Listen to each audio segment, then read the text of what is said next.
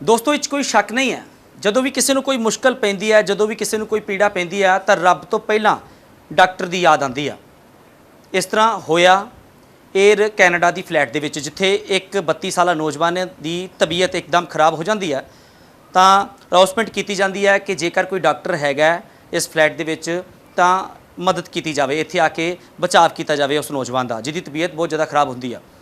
ਤਾਂ ਇੱਕ ਪਤੀ ਪਤਨੀ ਜਿਹੜੇ ਦੋਨੇ ਡਾਕਟਰ ਨੇ ਉਸ ਫਲੈਟ ਦੇ ਵਿੱਚ ਬੈਠੇ ਹੁੰਦੇ ਨੇ, ਹੱਥ ਖੜਾ ਕਰਦੇ ਕਿ ਅਸੀਂ ਉਸ ਨੌਜਵਾਨ ਦੀ ਜਾਨ ਬਚਾਉਣ ਵਾਸਤੇ ਜਾਵਾਂਗੇ। ਤਾਂ ਉਹ ਹੋਇਆ ਕੀ ਹੈ, ਉਹ ਡਾਕਟਰ ਸਾਹਿਬ ਸਾਡੇ ਨਾਲ ਮੌਜੂਦ ਹੈ।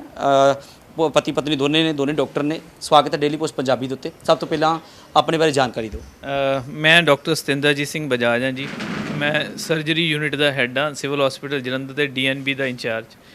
ਮੇਰੇ ਵਾਈਫ ਡਾਕਟਰ ਜਗਮਿੰਦਰ ਕੌਰ ਬਜਾਜ, ਉਹ ਹੈੱਡ ਆਫ ਦਾ ਡਿਪਾਰਟਮੈਂਟ ਫਾਰਮਾਕੋਲੋਜੀ ਦੇ ਨੇ ਪਿਮਸ ਮੈਡੀਕਲ ਕਾਲਜ ਦੇ ਵਿੱਚ ਜਲੰਧਰ ਦੇ ਵਿੱਚ। ਅੱਛਾ ਡਾਕਟਰ ਸਾਹਿਬ, ਹੋਇਆ ਕੀ ਸੀ ਉਸ ਫਲਾਈਟ ਦੇ ਵਿੱਚ? ਉਸ ਦਿਨ 25 ਜੂਨ ਨੂੰ ਅਸੀਂ ਆਪਣੇ ਬੇਟੇ ਦੀ ਗ੍ਰੈਜੂਏਸ਼ਨ ਸੈਰੇਮਨੀ ਤੋਂ ਬਾਅਦ ਆਪਣੀ ਫਲਾਈਟ ਸੀ, ਸਾਡੀ ਦਿੱਲੀ ਤੱਕ ਦੀ ਫਲਾਈਟ ਸੀ, ਡਾਇਰੈਕਟ ਫਲਾਈਟ ਸੀ, 에ਅਰ ਕੈਨੇਡਾ 42 ਫਲਾਈਟ ਸੀਗੀ, ਜੋ ਕਿ ਰਾਤੀ 10:30 ਵਜੇ 12 ਕੁ ਵਜੇ ਉੱਥੋਂ ਚੱਲੀ ਤੇ 15 ਕੁ ਘੰਟੇ ਦਾ ਸਫ਼ਰ ਤੈਅ ਕਰਕੇ ਦਿੱਲੀ ਪਹੁੰਚਣਾ ਸੀਗਾ।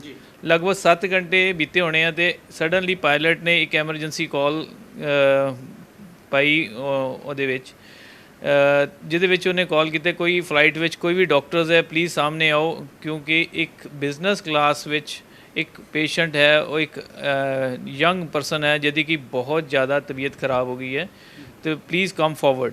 ਸੋ ਉਹਦੇ ਕਰਕੇ ਅਸੀਂ, ਮੈਂ ਤੇ ਮੇਰੀ ਵਾਈਫ, ਅਸੀਂ ਆਪਣੇ ਆਪ ਨੂੰ ਫਾਰਵਰਡ ਲੈ ਕੇ ਆਏ ਤੇ ਉਹ ਪੇਸ਼ੈਂਟ ਨੂੰ ਅਸੀਂ ਜਾ ਕੇ ਦੇਖਿਆ। ਉਹ ਪੇਸ਼ੈਂਟ ਨੇ ਪਹਿਲੇ ਤਾਂ ਹਿਚਕਿਚਾਇਆ ਕਿ ਹਿਸਟਰੀ ਨਾ ਦੇ ਰਿਹਾ ਸੀਗਾ, ਬਸ ਉਹ ਕਨਵਲਸ਼ਨਸ ਆ ਰਹੀਆਂ ਸੀ, ਆਪੇ ਤੋਂ ਬਾਹਰ ਹੋ ਰਿਹਾ ਸੀਗਾ, ਉਹ ਰੈਸਟਲੈਸ ਹੋ ਕੇ ਤੋੜ ਭੰਨ ਕਰ ਰਿਹਾ ਸੀਗਾ। ਉਹਦੇ ਨਾਲ ਇੱਕ ਦੋਸਤ ਵੀ ਸੀ ਉਹਦਾ, ਅਸੀਂ ਬੜੇ ਪਿਆਰ ਨਾਲ ਉਹਨੂੰ ਸਮਝਾ ਕੇ ਉਹਦੇ ਕੋਲ ਹਿਸਟਰੀ ਲਈ।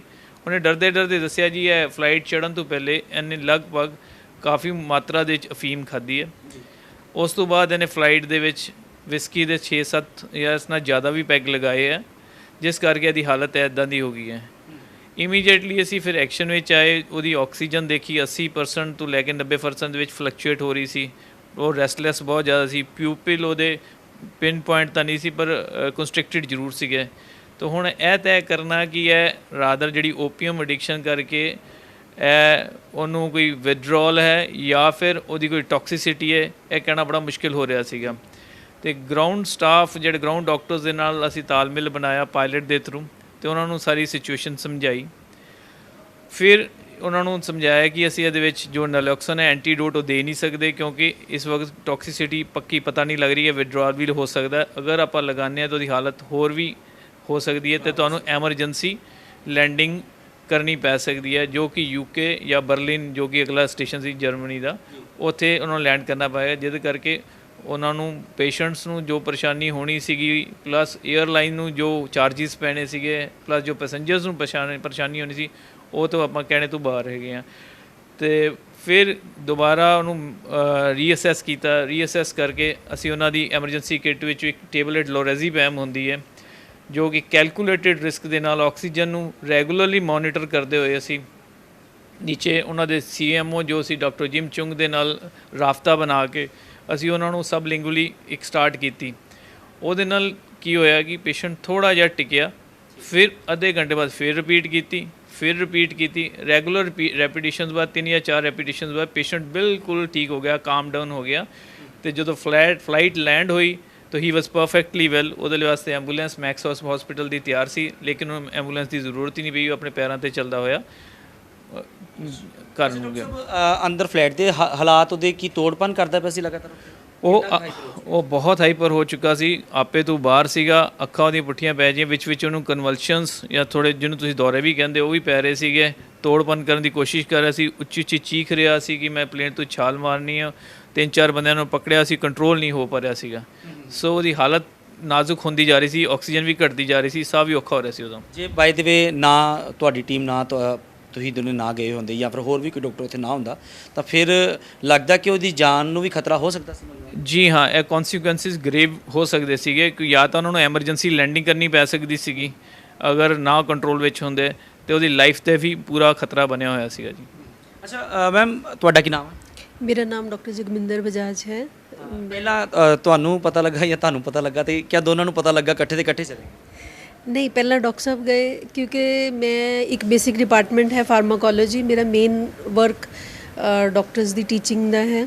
ਪੇਸ਼ੈਂਟ ਡੀਲਿੰਗ ਥੋੜੀ ਘੱਟ ਹੈ ਸ਼ੁਰੂ ਤੋਂ ਜਦੋਂ ਵੀ ਇਹ ਸਾਡੇ ਨਾਲ ਆਮ ਹੀ ਹੁੰਦਾ ਰਹਿੰਦਾ, ਸ਼ਤਾਬਦੀ 'ਚ ਸਫ਼ਰ ਕਰਦਾ ਹੈ ਜਾਂ ਉਹ ਤੇ ਪੇਸ਼ੈਂਟ ਦੀ ਕਦੀ ਵੀ ਕਾਲ ਆਉਂਦੀ ਹੈ ਤੇ ਡਾਕਟਰ ਸਾਹਿਬ ਹੀ ਸਭ ਤੋਂ ਪਹਿਲਾਂ ਜਾਂਦੇ ਹਨ। ਇਸ ਵਾਰ ਜਦ ਇਹ ਗਏ, ਜਦੋਂ ਉਹਨਾਂ ਨੇ ਅਨਾਉਂਸਮੈਂਟ ਕੀਤੀ, ਮੈਂ ਡਾਕਟਰ ਸਾਹਿਬ ਨੂੰ ਕਿਹਾ ਕਿ ਤੁਸੀਂ ਜਾਓ, ਤੁਹਾਡੇ ਲਈ ਕਾਲ ਆ ਗਈ ਤੇ ਤਾਂ ਬਾਕੀ ਦਾ ਜਿਹੜਾ ਟਾਈਮ ਬਚਿਆ ਤੁਹਾਡਾ ਦਿਲ ਲੱਗਿਆ ਰਹੇਗਾ।